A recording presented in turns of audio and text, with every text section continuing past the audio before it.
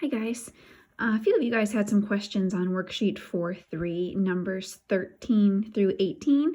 So I just wanted to go over a couple of those examples with you to help you out. If you already submitted it and you need to go back and resubmit, that's great too. For others of you who have not done so, hopefully this video will help you. So I'm going to start with number 13, and it's asking you to find the exact value of cosecant of 90. So certainly you could just pop it into the calculator, but that's not what we're trying to do. We're trying to actually evaluate this without a calculator. So what we want to do is we want to sketch this.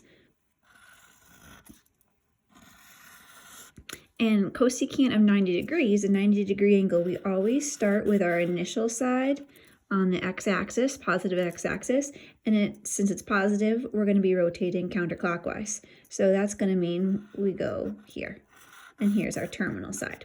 Okay, so it's like our point is there. When we are talking about an angle that lies on an axis, that's called a quadrantal angle. And when we do that, we use our unit circle. And in our unit circle, the radius going around is 1. So what happened is we're landing here. So this point is really the point 0, 1. Okay? If we had been here, the point would be 1, 0. If it's over here, we're now negative 1, 0. And if it was down here, it would be 0, negative 1. But a 90-degree angle takes us here.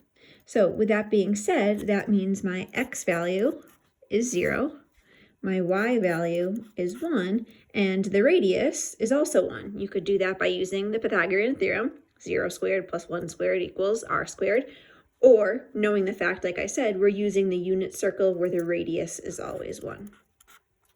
So now that we have those values, recall cosecant is the inverse of sine. So that's going to be r over y. So what was our r value? It was 1. What's my y value? It's 1. And 1 over 1 is 1. So cosecant of 90 degrees is 1 over 1, which is just 1. Okay. Now let's look at something like 17. 17 says the secant of negative pi over 4. So to do that one, I'm just going to convert that to degrees. So that's saying secant of negative 45 degrees. So again, we're going to sketch this. Our initial side is always on our positive x-axis. And now negative 45 takes us clockwise. So we're going to go this way, and 45 degrees is about here. Okay? Now, there's my angle. What we're going to do here is actually connect to make a triangle, because this is not a quadrantal angle. It does not lie on an axis. So I'm going to connect and make a triangle here. Remember, we said this is really a negative 45-degree angle, or we can call it, 45 in terms of the triangle. Well, here's what you need to remember is your 45, 45, 90 ratios. So remember, when you have a 45, 45, 90, the ratio is 1 to 1 to root 2. Okay? Recall if you have a 30, 60, 90, the ratio is 1 to root 3 to 2. Okay, so what I'm going to do is I'm going to take this triangle and I'm going to put those ratios. So this is 45 and this is 90. So we're going to have 1 here. We would normally have a 1 here across from the 45, but recall this is down in the negative y-axis. So we're going to call that negative 1. And then our radius is always positive. Across from the right angle is root 2.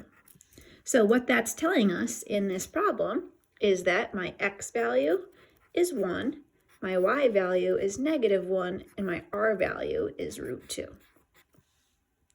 Now that I have that, I can actually calculate. So secant, what is secant's ratio? Secant is the inverse of cosine, right? So secant of theta's ratio is going to be r over x.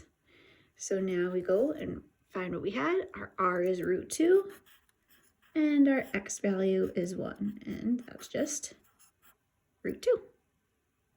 So there you have it. I will zoom out. So if you need to take a screenshot for both of them, you can. Hope that helped.